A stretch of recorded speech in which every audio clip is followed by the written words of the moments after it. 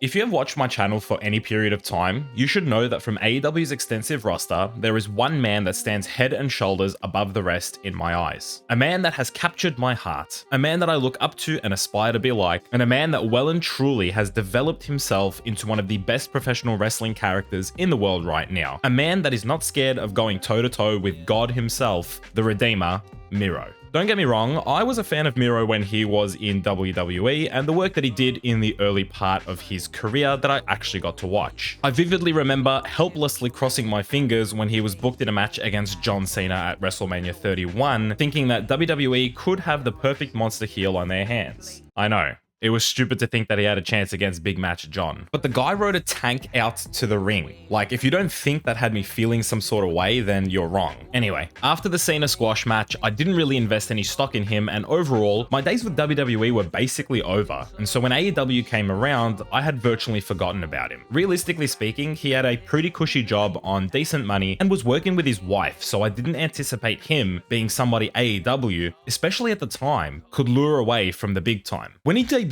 on AEW, I was shocked. Who the hell was this handsome, stylish, bleach blonde man who was friends with Kip Sabian? Miro? Maybe Rusev had a brother. Jokes aside, I didn't mind the role Miro played in his original stint with AEW on the condition that he was slowly being introduced into the roster. I remember outrage back in those days that Miro was being used in a joke role, which, truthfully speaking, I agreed with, but tried staying patient with, which is something that I realized early on I'd have to repetitively be with AEW. I think back then, the reason people doubted it was that AEW didn't have the proven track record that they do now of slowly integrating newcomers into prominent roles. Miro joined AEW well before a lot of the big names had made that transition. So in many ways, the fans hadn't learned that Tony Khan usually has a plan for these guys and that he likes to play it slow and let things breathe before he pushed wrestlers into those prominent roles. So long story short, yes, I was mortified that he was being used in that role, but looking back at it with hindsight, it let Miro breathe a little and become familiar with his new look and name,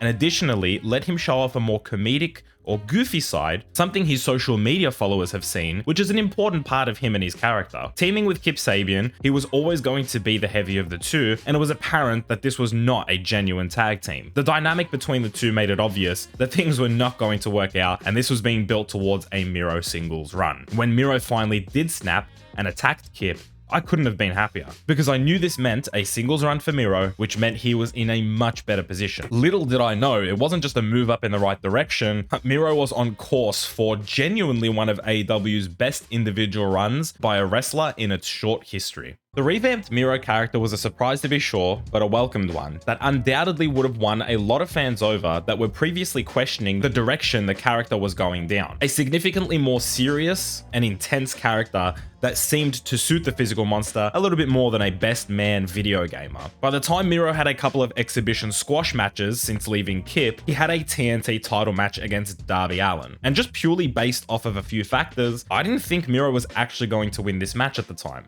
Darby was booked really strongly in his first couple of years. Not that he's not now, but back then it was a little bit different because the roster was a little thinner, and it wasn't as if his title reign was getting stale. And on top of that, Miro's build-up wasn't super extensive. All that being said, the decision to have Miro defeat Darby Allin really was a great decision by AEW. Darby had dethroned Cody and had successfully taken that title up a notch, and at the time, it felt difficult to top his run. But I've said it before, and nothing has changed since my video about the TNT title, Miro is still to this day the greatest TNT champion that AEW has had, and during his peak as a champion, he was a top 10 guy in the world. When Tony Khan and Cody Rhodes kept repeating that the TNT title was not a secondary championship, a guy like Miro supported that claim and embodied it. He genuinely felt like the second or third strongest wrestler on the roster. And I have to say this just so no one's confused, I mean it in the kayfabe sense. The way he was booked and presented and the dominance he displayed was reminiscent of a world champion caliber wrestler. And even now, after all these new additions to the roster, Miro, when booked correctly, should be considered as a guy that can carry the AEW World Championship, and his TNT title run proved that. His feuds may not have been the most interesting,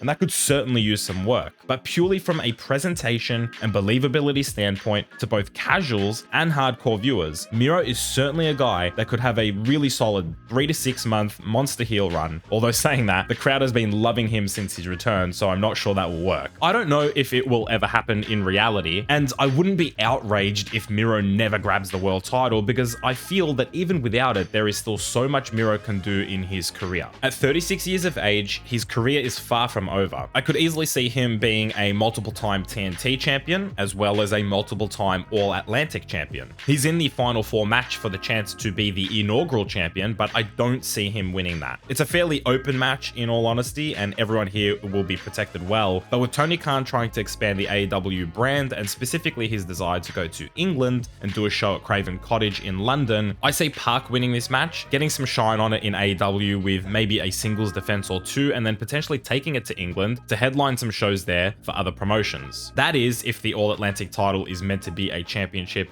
defended globally in other promotions, like I'm just naturally assuming it will be. Even if Miro isn't the first, or even if he's never All-Atlantic champion at all, there's a possibility that Miro could be one of the guys that wants to take the trip to Japan in the coming years and do a New Japan Cup or G1 Climax run. I could see him having some fantastic matches with the heavy hitters over in Japan, like Tomohiro Ishii, the Great Okan, and my personal dream match for him in New Japan would be Shingo Takagi. Truthfully, he will be able to put on great matches with any of the wrestlers in Japan, and despite the new partnership with AEW, I have to say there are a lot of guys in AEW that I just couldn't imagine working in Japan. I mean, guys that would actually fit in. And while I'm sure there will be wrestlers that go over who I personally don't think fit in Japan, there's certain wrestlers that fit Japan like a glove, and Miro for me is absolutely one of them. I almost feel it would be a crime to not see Miro in Japan. He could even hold the IWGP US title or the Never Openweight title if he felt like staying there for an extended period of time, or coming back with that title and defending it in America. But again,